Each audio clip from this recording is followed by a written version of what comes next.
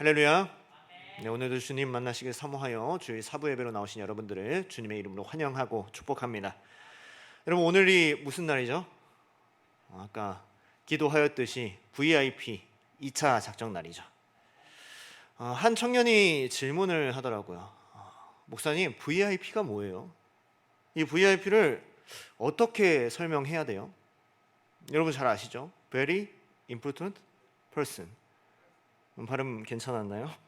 그럼 우리가 이 중요한 사람, 중요하게 여겨야 되는 사람은 누군가요? 쉬운 말로 태신자, 전도 대상자를 이야기를 합니다. 여러분, 교회 용어 사전에 보면요, 이 임산부가 잉태한 아이를 태아라고 하잖아요. 그리고 이 아이를 출산하게 된다면 그 임산부는 얼마나 기쁘겠어요. 그렇죠? 여러분, 태신자는 마찬가지로 우리가 어머니의 마음으로 품고 기도하여 인도할 대상을 이야기를 하는 거예요. 우리의 마음으로 잉태하고 또 우리의 마음으로 품고 주께로 인도하는 거죠. 그렇다 보면 언젠가 분명히 출산할 날이 옵니다. 또 열매를 맺을 날이 온다는 거예요. 여러분들이 정말 마음으로 품고 전도해야겠다 하는 사람이 있으신지요? 오늘 예배를 통하여 또 말씀을 통하여 생각해보고 누구를 전도해야겠다 다짐하게 되는 귀한 시간 되시기를 주님의 이름으로 소망합니다. 여러분들은 어떤 좋은 것을 알게 되거나 또 좋은 것을 경험하거나 또 좋은 것을 보게 되면요, 어떤 마음이 드시나요? 자신과 가까운 사람들이 생각이 날 거예요. 또는 자기가 사랑하는 사람이 생각이 나겠죠. 여러분, 좋은 풍경을 보게 되면요, 이 좋은 걸 혼자 보기가 아깝다. 그 친구랑 나중에 한번 봐야 되겠다. 이런 생각이 드시죠. 또 재밌는 걸 하게 되면은 다음에는 내가 알던 그 사람이랑 함께 이걸 해봐야 되겠다라고 생각을 할 겁니다. 또 맛있는 걸 먹게 되면요, 이거 진짜 맛있는데? 이거 내가 생각하는 그 사람이랑 나중에 함께 먹으러 와야겠다. 혹은 같이 오지 못하더라도 이걸 추천해주고 싶다라는 생각이 들 겁니다. 여러분, 어떤 좋은 제품을 써도요, 가성비 좋은 제품을 써도 다른 사람에게 참 소개해주고 싶어요. 나에게 가까운 사람에게, 내가 사랑하는 사람에게 그걸 참 소개해주고 싶죠. 여러분, 저도요, 청년들을 생각하면서 그런 생각이 들 때가 있었어요. 제가 최근 들어서 어떤 한 교역자의 권유로 이 배드민턴을 시작을 했어요. 여러분, 이 배드민턴이 너무 재밌는 거예요. 지금까지 이 약수터에서 치는 설렁설렁 치는 배드민턴만 쳤었는데 이렇게 재밌는 배드민턴은 처음이었던 거예요. 그리고 이 갔었던 체육관이 이 배드민턴을 치기에 너무 좋은 환경이었던 거예요. 실내죠. 또 에어컨이 나오죠.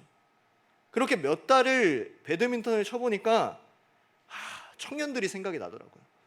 이거 청년들이랑 같이 치면 정말로 재밌겠다. 건강해지겠다. 또 행복해질 수 있겠다. 그렇게 이 배드민턴 전도를 시작을 했어요. 이 한 명, 두 명 이렇게 좀 배드민턴에 대해서 이야기를 해보니까 알고 보니까 이 배드민턴 이 대학에서 동아리를 들고 있던 청년이 있더라고요. 또 이 배드민턴에 관심이 있어서 개인 장비를 가지고 있었던 청년도 있더라고요. 그렇게 이 마음을 모으고 뜻을 모아서 시간을 정해서 이 배드민턴장에 모였어요. 여러분, 얼마나 모였을까요? 10대 명이 모였어요. 그래서 같이 이 배드민턴을 치시는 옆 교회 집사님이 놀라더라고요. 이렇게 많이 왔냐고. 여러분, 즐겁게 그렇게 배드민턴 치고 그 모임도 가지고 이 개인 이 동아리도 만들기로 했어요. 여러분, 제가 만약에 이 배드민턴이 재미가 없었다면요, 이것으로 땀을 흘리고 개운함을 느끼지 못했다면요, 이 청년들에게 이 배드민턴을 소개하지 않았을 거예요. 그렇죠? 또 이 배드민턴장이 낡고 허름하고 누구에게 소개해주기 민망할 정도라면요, 제가 그곳에서 모이자고 이야기할 수 있었을까요? 아니요, 그렇지 못했겠죠. 또 혹은 제가 이 배드민턴을 스스로 치지도 못하면서 남에게 치자고 이야기할 수 있을까요? 이야기할 수 없겠죠. 막상 불렀는데 목사님 진짜 못 치는구나, 목사님 진짜 허접이구나, 이렇게 생각하게 한다면요, 민망해서 부르지를 못하겠죠. 여러분, 이 전도도 마찬가지예요. 내가 예수 그리스도를 잘 알지 못하면요, 전도할 수가 없어요. 내가 이 예수님이 누구인지를 모르고 그냥 추상적으로만 알고 있고 이 만나본 적도 없는 예수님을 어떻게 전할 수 있겠어요? 또 내가 주님 안에서 정말 즐겁고 행복하고 기쁘지 않다면 이 예수님을 어떻게 전할 수 있겠어요? 내가 정말 이 교회 안에서, 예수 안에서 즐겁고 행복하지 못한데, 이 교회에서 적응도 하지 못하고 내가 잘 나가지도 않는 교회를 나가자고 얘기할 수 없는 거예요. 그 예수님을 전할 수가 없는 거죠. 여러분, 만약에 우리 이 청년 공동체가 정말 엉망이고 이 교회마다 텃세가 다 있거든요.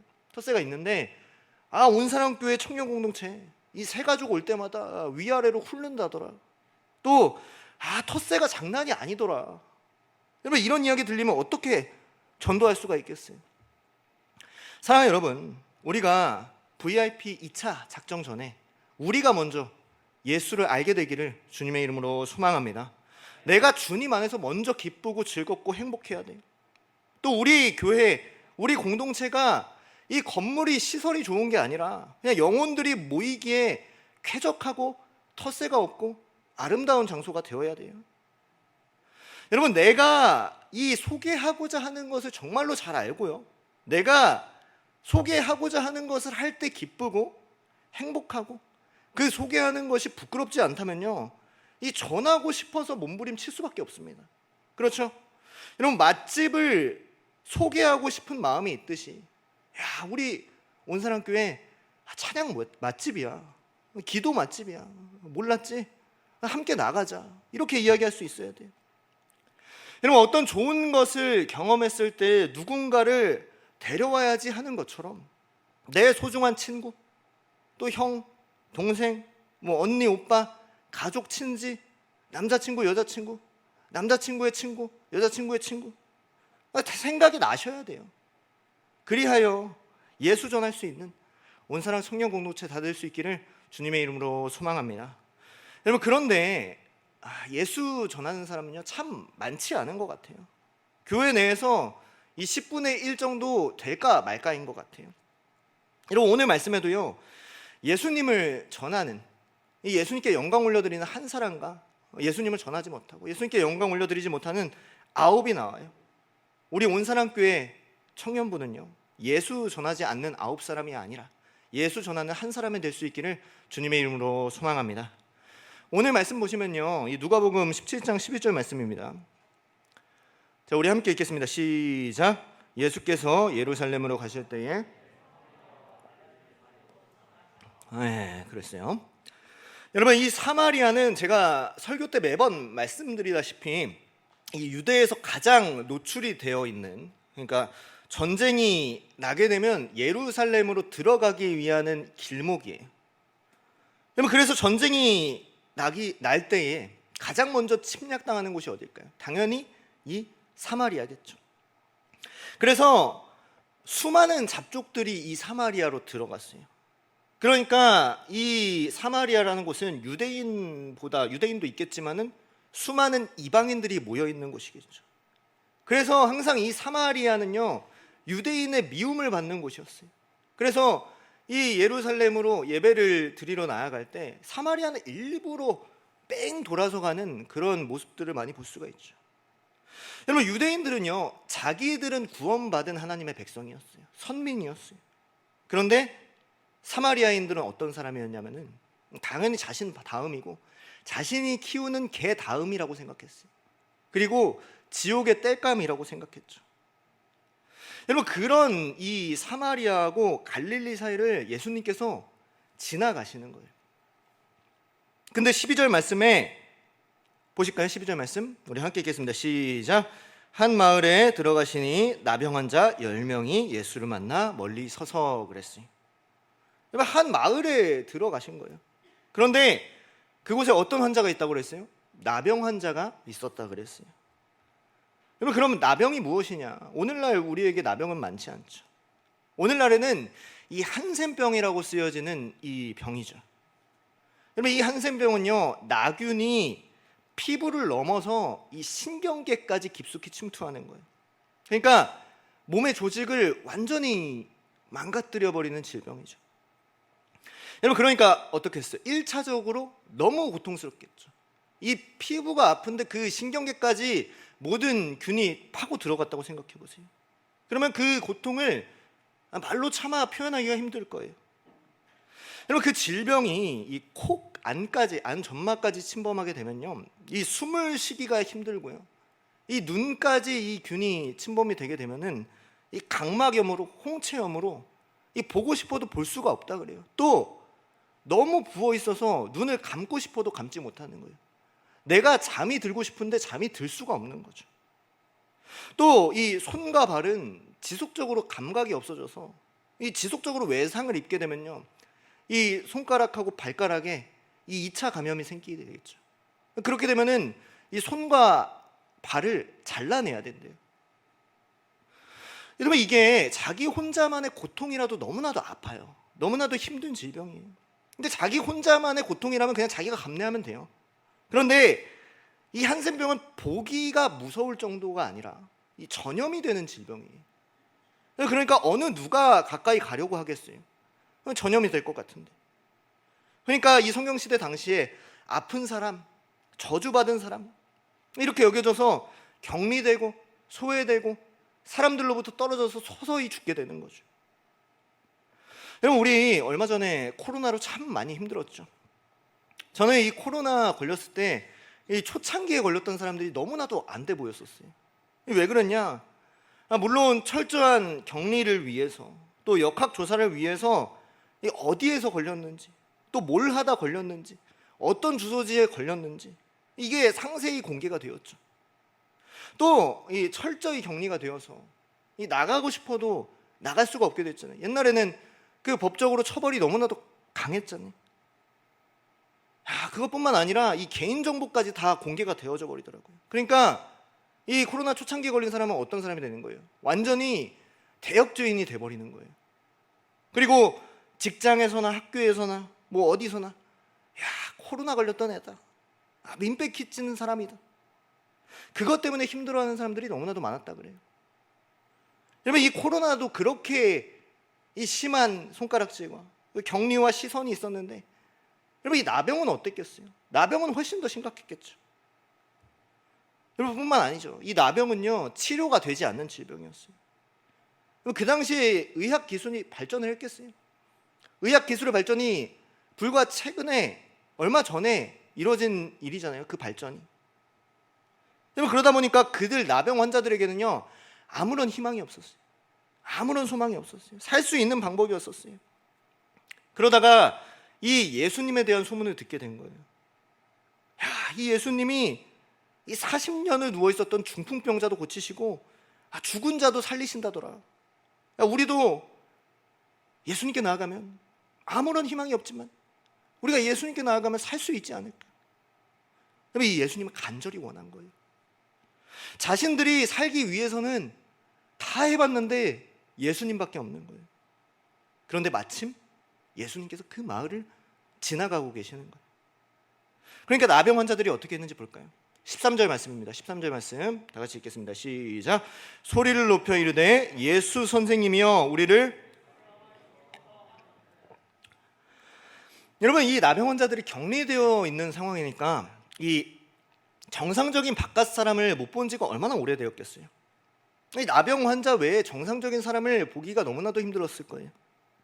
그러니까 정상적인 사람에게 말할 용기도 나지 않았겠죠. 창피했고 민망했고 부끄러웠을 거예요. 그런데 나병 환자들은 그것에도 아랑곳하지 않고 외쳐 소리치는 거예요. 우리를 불쌍히 여기소서 외치는 거죠. 여러분, 제가 여러분들에게 이 나병 환자에 대한 설명을 왜 이렇게 길게 했을까요?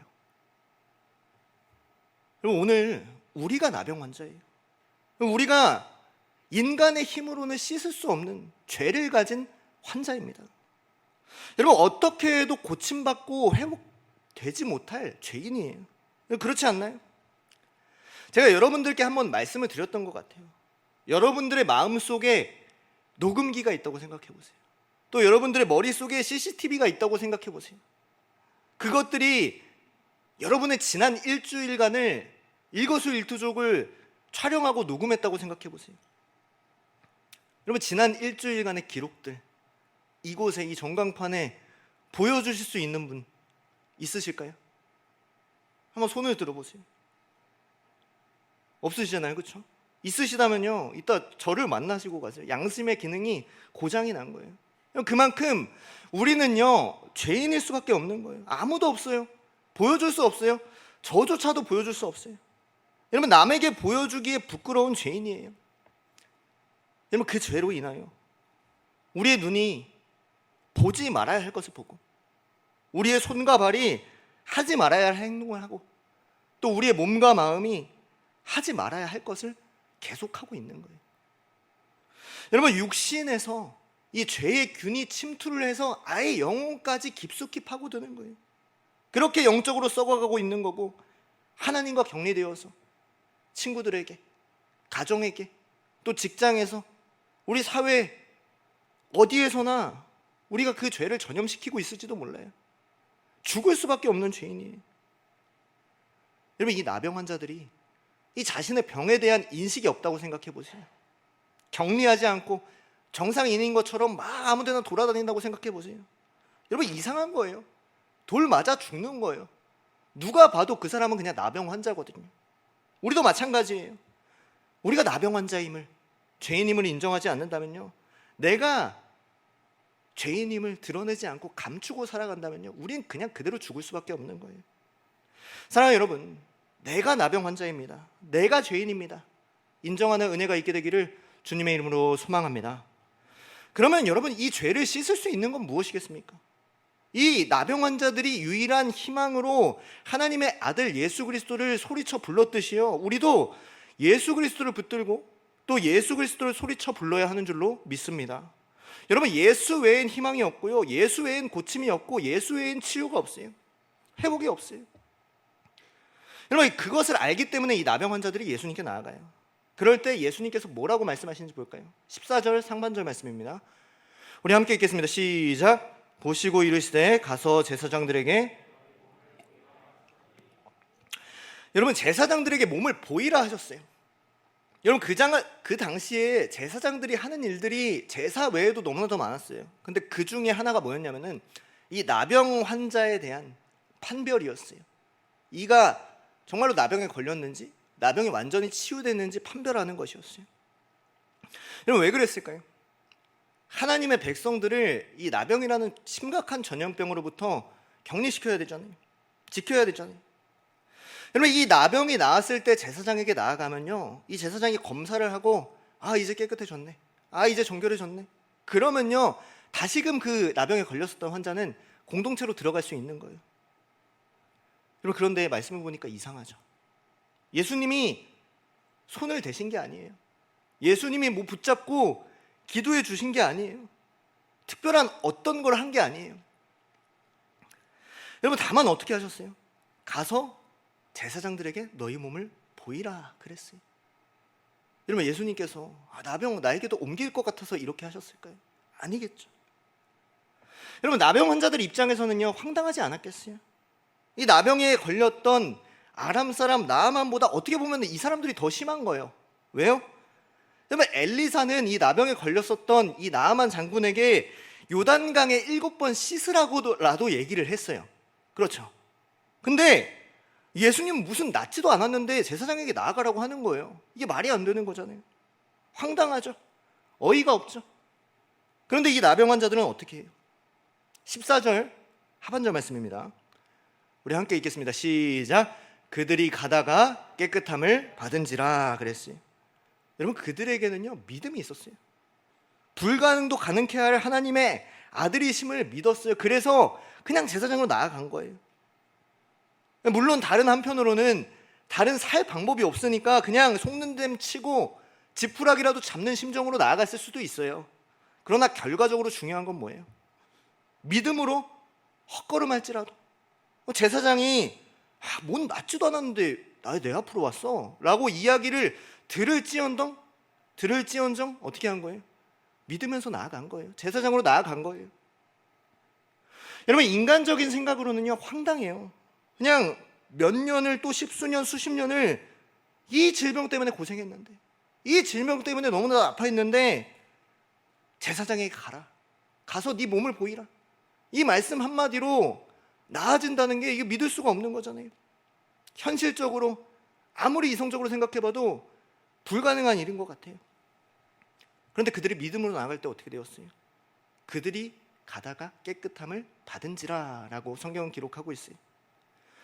사랑하는 여러분, 우리에게 이러한 믿음이 있게 되기를 주님의 이름으로 소망합니다. 우리에게는요, 죄의 문제만 있는 게 아니에요. 구원의 문제만 있는 게 아니에요. 인생을 살아가면서 우리에게 있는 수없이 많은 문제들이 있어요. 질병의 문제, 또 물질의 문제, 가정의 문제. 청년들이 많이 이야기하더라고요. 저는 가정에서 독립하고 싶습니다. 이 독립의 문제도 있죠. 근데 그게 참 쉽지 않잖아요.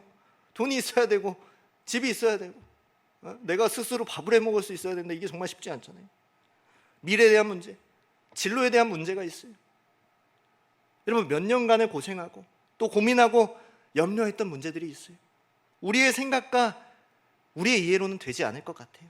하지만 주님께서는 우리의 염려들, 걱정들, 문제들을 반드시 해결하실 줄로 믿습니다.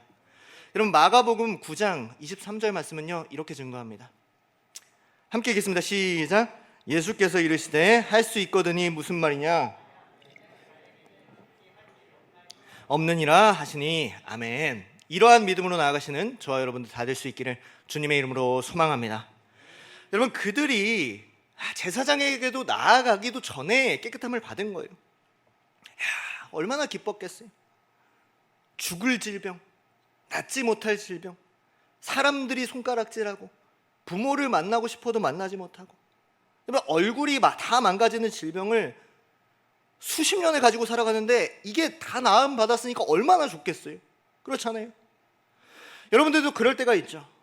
원하는 대학에 합격했을 때, 또 내가 취업하고자 하는 직장에 취업했을 때, 내가 그토록 원하던 자격증을 몇 번에 걸쳐서 취득하고 토익 점수 몇 점 이상 나오고, 여러분, 원하던 직장에 들어갔을 때, 공무원 시험 합격했을 때 그 기쁨을 어떻게 이루 말할 수 있겠어요?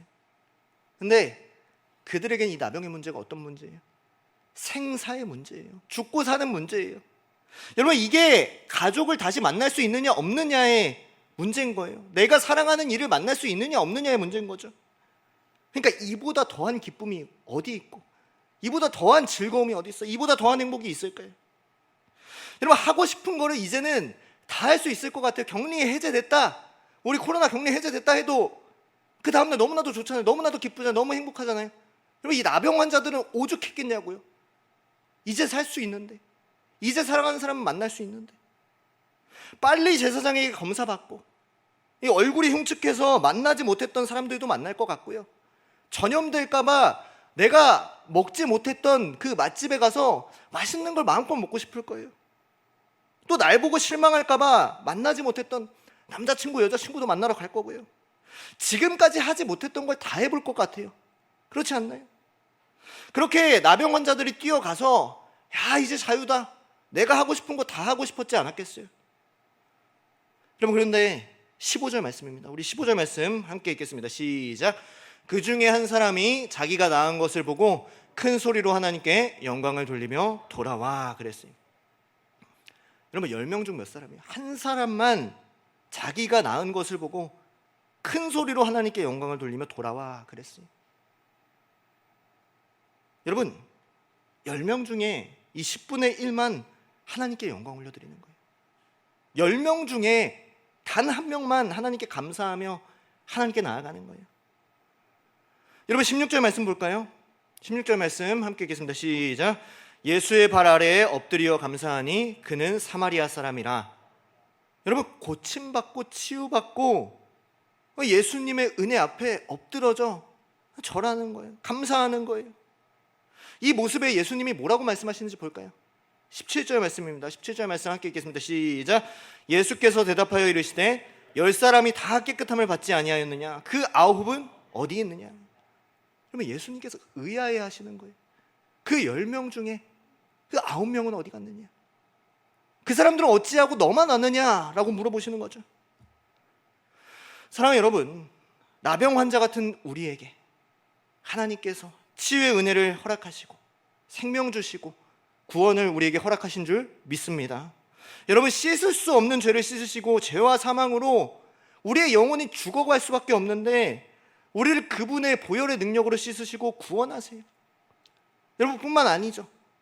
우리가 이 땅에서 살아갈 수 있도록 우리의 건강을 지켜주시고 또 우리의 가정을 지켜주시고 입히시고 먹이시고 채우시고 또 자라게 하세요. 여러분, 그런데 수많은 그리스도인들 그 10명 중 9은 그 은혜를 잊어버려요. 여러분, 치유받았음에도 생명 얻었음에도 자기 일을 하러 갔었던, 자기가 지금껏 원하던 일을 하러 갔었던 나병 환자들 9처럼요, 교회를 떠나고 하나님을 떠나고 떠나지 않았더라도 주님께 진정으로 감사하지 못하고 주님께 은혜임을 고백하지 못하고 영광 올려드리는 삶을 살지 못할 때가 너무나도 많다는 거죠. 그러면 그럴 때 예수님은 물으세요. 10사람이 다 깨끗함을 받지 않았느냐? 10사람이 다 은혜 받지 않았느냐? 10사람이 다 구원받지 않았느냐? 그런데 그 9은 어디 있느냐라고 물어보십니다. 사랑하는 여러분, 우리 온사랑교회 청년부는 열의 9이 아니라 열의 하나가 될 수 있기를 주님의 이름으로 소망합니다. 받은 은혜를 귀히 여기기를 원해요. 받은 치유함을, 회복됨을, 생명 얻음을, 우리가 이렇게 살 수 있음을 감사하기를 원해요. 여러분, 예수님께서 18절 말씀에 이렇게 말씀하세요. 함께 읽겠습니다. 시작. 이 이방인 외에는 하나님께 영광을 돌리러 돌아온 자가 없느냐 하시고. 여러분, 다시 한번 물어보세요. 근데 우리 16절 말씀에 읽었죠. 16절 말씀에 그 사람이 어떤 사람이라고요? 우리 노란 글씨만 읽어보겠습니다. 시작. 그는 사마리아 사람이라 그랬어요. 여러분, 아까 사마리아 설명드렸죠. 사마리아가 어떤 곳인지. 여러분, 나머지는 다 유대인이었어요. 여러분, 이 나병 환자 마을에서 가장 불쌍한 사람은 어떤 사람인지 아세요? 나병 걸린 유대인보다 나병 걸린 사마리아인이에요. 여러분, 그들은 멀쩡해도 그냥 불쌍한 사람이에요. 안 그래도 소외받고 그냥 하나님을 예배하고 싶어도 예배할 수가 없었고 그냥 개 취급받았던 사람들이 나병까지 걸려봐요. 여러분, 그보다 최악인 인생은 없는 거예요. 여러분, 유대인들은요, 나병 환자라도 그 사마리아 사람들보다는 잘 사는 사람들이었고 이 자존감이 높은 사람들이었고 이들이 나병만 안 걸렸으면요, 그 그냥 유대 민족들과 깊은 유대감을 누렸던 그런 외로움이 없는 사람들이었어요. 무엇보다도 말씀을 잘 알고 하나님께 날마다 예배 드렸던 사람들이었어요. 그런데 그들이 오히려 하나님께 영광 올려드리지 못하고 이 가치 없어 보이고 불쌍해 보이는 이 사마리아인, 이 이방인이 오히려 하나님께 혼자 영광 올려드리며 나아가요. 오늘 우리도요, 유대인일지 몰라요. 어려서부터 모태신앙으로 이 부모의 신앙을 따라서 몇 년을, 십수년을, 수십 년을 신앙생활 했을지 몰라요. 임원 되고 교사 되고 찬양팀 되고 뭐 팀장에 리더 브리더 뭐 말지기 코어 리더십일지 몰라요. 남들보다 더 똑똑할지 몰라요. 지혜로울지 몰라요. 좋은 대학에 좋은 출신, 좋은 직장 다니지 몰라요. 여러분, 그런데 그건 중요치 않아요. 여러분, 나병 환자는 그냥 나병 환자예요. 아, 유대인이었던 나병 환자? 아니에요. 아, 의사였던 나병 환자? 그 잘 나갔던 나병 환자? 아니에요. 성경은 이렇게 이야기해요. 나병 환자 10명. 그냥 동일하게 나병 환자 10명이라고 이야기하세요. 그냥 나병 환자 10명이에요. 우리도 마찬가지예요. 회장 죄인, 부회장 죄인, 뭐 리더 죄인, 마을지기 죄인, 뭐 땡땡대 죄인, 뭐 S기업 죄인, H기업 죄인. 아니에요. 그냥 죄인은 죄인이에요. 그런데 중요한 건 뭡니까?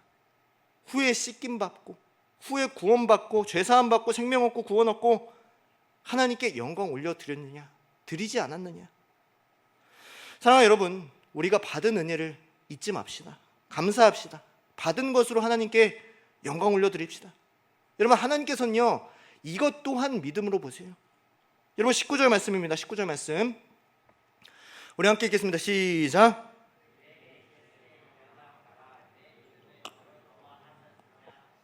아멘. 여러분, 물론 예수님께서 아무것도 하지 않고 제사장에게 가라 했을 때 가는 것, 그것 또한 믿음이에요. 예수님께서 나를 고치실 것이다. 그러한 믿음이죠. 여러분, 그런데요, 씻김 받고 치유함 받고 하나님께 영광 올려드릴 수 있는 것, 여러분, 이것 또한 믿음인 것 같아요. 은혜 받고 문제 해결되고 하나님께 영광 올려드릴 수 있는 것, 그 문제 다 해결돼서 내가 누릴 수 있는 것 다 누리고 하나님 떠나는 게 아니라 하나님께 다시금 나아가서 예배드리고 감사하고 영광 올려드릴 수 있는 것, 여러분, 이게 진정한 믿음인 것 같아요. 여러분, 많은 사람들이 생각해요. 많은 사람들이 이렇게 신앙생활해요. 자신이 원하는 거, 구하는 거, 거기까지가 믿음이라고 생각해요. 어려운 중에 기도하는 거, 거기까지가 믿음이라고 생각해요. 그런데 진정한 믿음은 뭡니까? 문제가 해결되고도 나서 하나님께 영광 올려드릴 수 있는 것, 여러분, 이게 진정한 믿음이에요. 문제가 해결되고 나니까 울고 불고 매달렸던 하나님, 이제 하나님 볼일 끝났습니다. 그러고 나서 신앙 잃어버리고 하나님 떠나는 것, 그건 믿음이 아니에요. 그렇게 살아가는 것이 아니라 영원히 하나님께 영광 올려드릴 수 있는 저 여러분들 다 될 수 있기를 주님의 이름으로 소망합니다. 여러분, 이 나병 환자, 하나님께 은혜 받은 사마리아인, 이 10명 중에 이 하나는 어떻게 살아갔을까요? 여러분, 성경에는 나와 있지 않지만 그가 예수님 전하면서 살아가지 않았을까요? 여러분, 비슷한 사건을 기록하고 있는 기록들이 몇 가지가 있죠. 복음서에. 여러분, 거라사에서 귀신 쫓김 받은 사람이 하나님께 어떻게 영광 올려드리는지 보겠습니다. 누가복음 8장 39절 말씀입니다. 우리 함께 읽겠습니다. 시작. 집으로 돌아가 하나님이 내게 어떻게 큰 일을 행하셨는지를 말하라 하시니 그가 가서 예수께서 자기에게 어떻게 큰 일을 행하셨는지를 온 성내에 전파하니라 그랬어요. 여러분, 귀신 들렸던 사람이 고침을 받은 거예요. 그리고 나서 어떻게 했어요? 이 예수님을 온 성내에 전파한 거예요. 여러분, 귀신 들렸던 사람이에요. 남들에게 정신병자 소리 들고 아무에게나 소리 지르고 공격하고 이랬던 사람이에요. 근데 이 사람이 이제 다 나은 바 되었어요. 민망함이 뭐예요? 부끄러움이 뭐예요? 그냥 너무 기뻐서 이제 귀신 내쫓김을 받았으니까 견디지를 못하여 온 성읍에 예수님을 전하는 거예요. 여러분, 남편이 많았지만 사랑받지 못했고 정처 없이 물만 기르러 사람을 피해서 오고 갔던 그 무시받던 사마리아 여인이 예수님께서 만나주시고 은혜 주시고 구원 주신 후에 어떻게 했는지 한번 볼까요? 요한복음 4장 28절부터 30절 말씀입니다. 우리 함께 읽겠습니다. 시작. 여자가 물동이를 버려두고 동네로 들어가서 사람들에게 이르되, 29절이요, 내가 행한 모든 일을 내게 말한 사람을 와서 보라. 이는 그리스도가 아니냐 하니 그들이 동네에서 나와 예수께로 오더라 그랬어요. 여러분, 이 사마리아 여인이 유일하게 했던 일 뭐였어요? 그냥 정처 없이 의미 없이 그 물동이에 물을 기르러 오고 가던 길이었어요. 근데 어떻게 해요? 이제 그 물동이를 버려두고 집어 던지고 사람을 피하여 다녔던 이 사마리아 여인이 이 동네 사람들 한가운데 가서 예수를 소개하고 예수를 전파해요. 그럴 때 동네 사람들이 예수님께로 나아오는 역사를 경험해요. 여러분, 이번에는 예수님께서 두 명의 맹인의 눈을 뜨게 하셨는데 이들의 반응은 어떤지 볼까요? 마태복음 9장 30절에서 31절 말씀입니다. 우리 함께 읽겠습니다. 시작. 그 눈들이 밝아진지라 예수께서 엄히 경고하시되 삼가 아무에게도 이르지 말라 하셨으나 그들이 나가서 예수의 소문을 그 온 땅에 퍼뜨리니라 그랬어요. 사랑하는 여러분, 이것이 예수님께 은혜 받은 자의 당연한 반응인 줄 믿습니다. 여러분, 예수님께서 전하라고 말씀하셨어요? 전하라고 말씀하시지 않았어요. 여러분, 조용히 하라, 전하지 말아라라고 이야기했어요. 근데 그들이 견디지를 못하여 알리지 말라고 말씀하셨는데도 불구하고 예수의 소문을 온 땅에 퍼뜨리니라 그랬어요. 여러분, 이들이 예수님이 이렇게 전하지 말라고 했는데도 전한 이유는 무엇일까요? 그 받았던 은혜를, 그 눈뜬 은혜를 가장 크게 생각했기 때문이에요. 그러면 사실 두 눈 뜨게 됐으니까 당연히 감사하는 게 맞겠죠. 그런데 요즘 시대가 어떻습니까? 참 감사할지 몰라요. 사람에게도 감사할지 몰라요. 어떤 선물을 줘도 감흥이 없을 때가 있고요, 어떤 가르침을 줘도 아무런 반응이 없을 때가 있어요. 여러분, 예수님께서 주신 은혜도 마찬가지인 것 같아요. 예수님이 한없이 많은 은혜를 우리에게 주시는데 우리에게 감흥이 없을 때, 아무리 죄사함, 병고침, 나에게 어떤 은혜 줬다고 해도, 그걸 얼마나 많이 설명해도 설교해도 아무런 감흥이 없을 때 감사하고 이것을 소문내지를 못해요. 여러분, 예수가 진짜인 걸 알기 때문에 전하는 거예요. 왜요? 내가 병고침을 받았거든요. 내 몸이 산 증인이거든요. 내가 죽다가 살았거든요. 내가 눈을 한평생을 뜨지 못했는데 눈을 떴거든요. 아무런 소망도 없고 기쁨도 없고 우울했는데 이제 자유함 얻고 평안함 얻었거든요. 그러니까 견디지를 못해 물동이를 벌어두고 예수님 전하러 나아가는 거예요. 예수님 전하지 말라고 말씀했는데도 전하러 나아가는 거예요. 사랑하는 여러분, 제가 서론에 말씀드렸던 이 배드민턴 이야기 있죠. 그것처럼 내가 예수로 인하여 죄사함 얻었다면, 내가 생명 얻었다면, 내 삶이 바뀌고 정말 주 예수 안에서 기쁘다면, 즐겁다면, 행복하다면 이 예수를 견디지를 못하여 전해야 돼요. 이 소문을 퍼뜨려야 돼요. 그럼 못한다면, 안전한다면, 내가 모르니까, 별로 좋지 않으니까, 내가 억지로 교회 다니고 있으니까 전하지를 못하는 거예요. 사랑하는 여러분, 오늘 우리는 이 예수님께 어떤 은혜를 받았고 그 은혜에 어떻게 반응하며 살아가십니까? 어떻게 영광 올려드리고 있습니까? 우리는 열의 9입니까?